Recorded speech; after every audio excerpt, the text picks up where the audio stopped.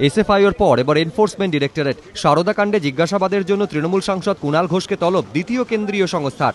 কুণাল ঘোষ জানিয়েছেন, কেন্দ্রীয় সংস্থার তরফে একটি চিঠি পাঠিয়ে তাকে মঙ্গলবার সকালে সল্টলেকে ইডির অফিসে যেতে বলা হয়েছে। অবশ্য চিঠিতে বলা হয়েছে কুণাল ঘোষের অনুমোদিত কোনো প্রতিনিধি ইডির দফতরে গেলেও হবে। যদিও কুণাল ঘোষ জানিয়েছেন, বিধাননগর কমিশনারেট বা এসএফআইওর মতোই এক্ষেত্রেও তিনি নিজেই জিজ্ঞাসাবাদের মুখোমুখি হবেন। এদিকে সারদা কাণ্ডে একের পর এক তদন্তকারী সংস্থা দলীয় সাংসদকে জিজ্ঞাসাবাদের জন্য ডাকলেও এতে দলের অস্বস্তির কোনো কারণ আছে বলে মনে করেন না মুকুল রায়। স্বাভাবিকভাবে এটা ইন্ডিভিজুয়ালের বিরুদ্ধে কিছু আসলে দলের অস্বস্তি তাতে কিছু এসে যায় না। দল কাউকে আড়াল করে না। Law will take its own course. ইতিমধ্যেই কুণাল ঘোষকে মোট 9 বার ডেকে পাঠিয়ে জিজ্ঞাসাবাদ করেছে বিধাননগর কমিশনারেট। দিল্লিতে ডেকে পাঠিয়ে 2 দফা জিজ্ঞাসাবাদ চালায় কোম্পানি বিষয়ক মন্ত্রকের সিরিয়াস ফ্রড ইনভেস্টিগেশন অফিস বা এসএফআইও। এবার প্রথম তাকে তলব করল এনফোর্সমেন্ট ডিরেক্টরেট।